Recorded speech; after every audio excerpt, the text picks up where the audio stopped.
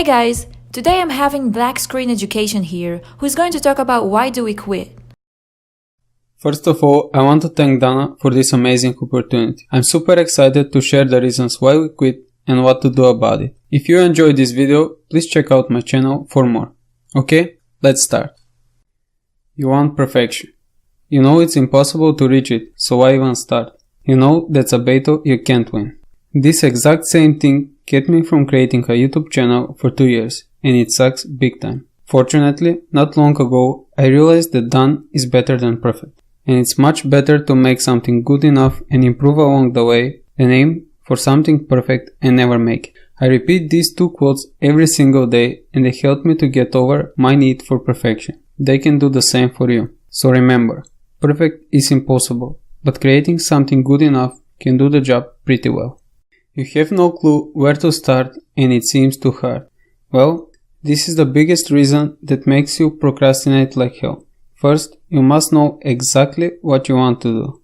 If you know that, then you can start writing out everything you can think of that needs to get done in order to complete it. This can be super overwhelming. Just thinking about the ginormous task ahead freezes up your brain. Let me tell you how I started my YouTube channel. Like I mentioned before, I procrastinated for 2 years because I had no idea where to start. But I knew what I wanted to do and I accepted that perfect is impossible. So I started thinking how to make something good enough and improve it over time. I asked myself, what is the simplest video I can possibly make? The answer was a video with black screen and audio of just me talking how I wanted to start my channel. I called the channel Black Screen and put a black avatar and channel art. After that, I thought, what's the next easiest thing that can be done? So I created a video with quotes on screen. In the next one, I added music. Then I started adding some simple animations and after a while, more complex ones. The point is this. You will never get the clear picture of what exactly needs to get done. But if you just start and improve daily, sooner or later you'll begin to see what else you can do to move forward. So remember, do something every day. It's great to use the Pomodoro technique here to avoid the scary feeling of not knowing how long you will be working on the task. With this technique, you know that one Pomodoro session is 25 minutes work and a 5-minute break. So determine how many Pomodoro sessions you want to do and start working. This will help you to avoid the fear of not knowing how much time you need to complete the task. You can see results immediately. Okay, you have finally started exercising. You're doing it for a week and every workout you feel pain.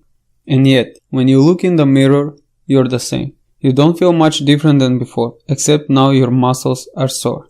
So at this point, you just wanna quit. What is the point in doing something that doesn't produce results, right?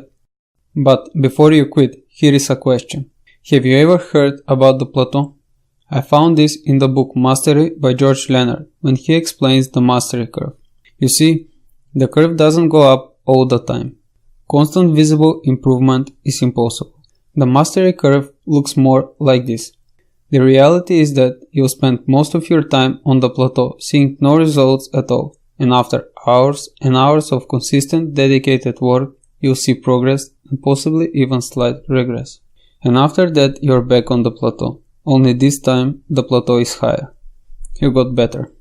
So keep this in mind whenever you don't see progress and make sure to document the process. This is crucial to keep your motivation. Take pictures, film videos, write a journal. This will really come in handy when you want to quit because this way you can see how far you've come. It's human nature to take the easy way. Our brains are amazing energy-saving machines. Did you know that if you climb stairs, your brain will lift your leg just enough to get it over the stair? For example, if someone made one stair slightly higher than the others, you'll trip.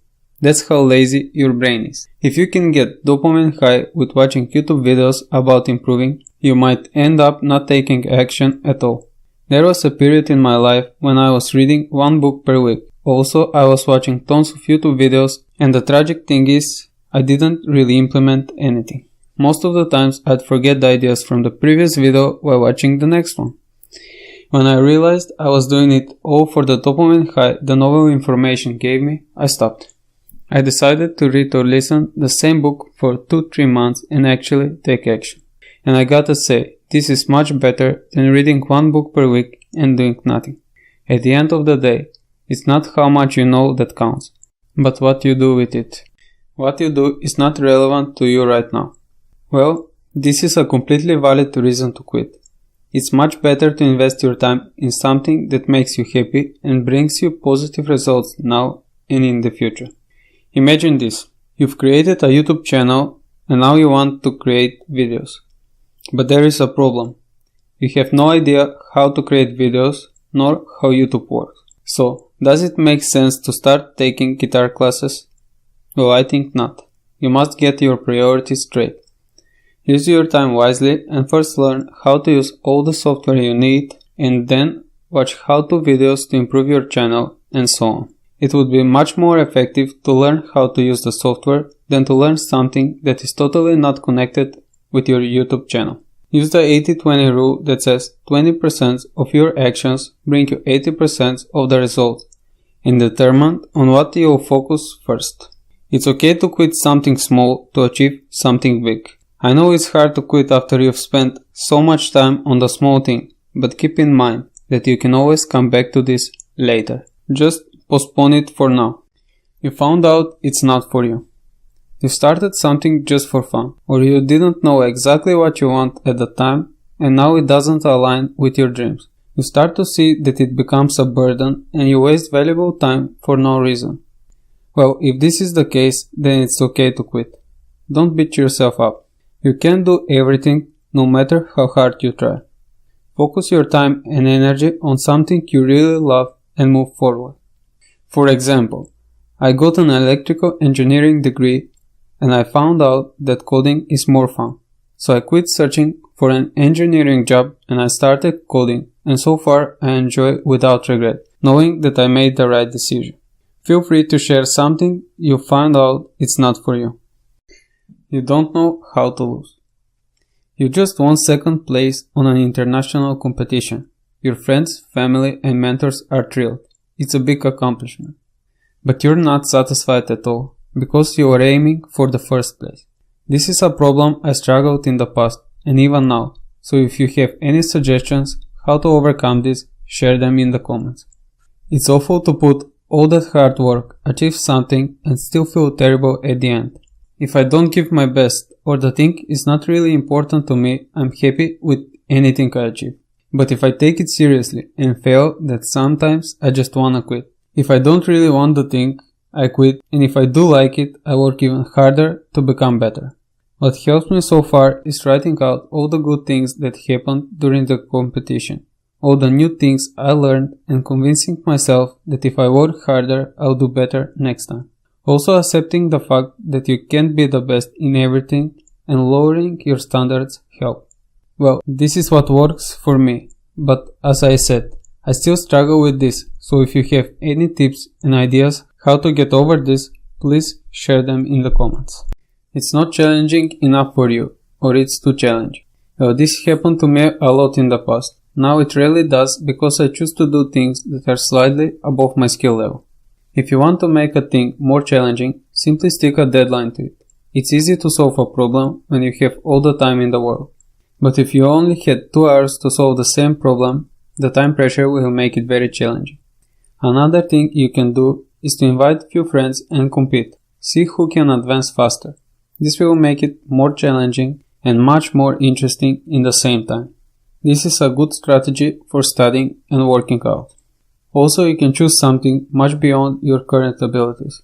Well, this, my friend, will be so frustrating you will eventually quit because you can't see progress, and what's more, you can't even see what you should learn to move forward.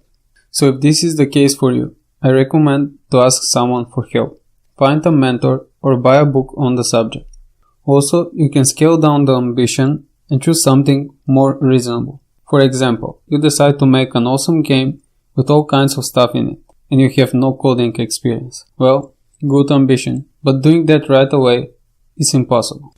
First, you must learn how to code, solving some small problems, then make few simple games, and after a while, You can start making more complex games and eventually you will reach the skill level needed to make the desired game.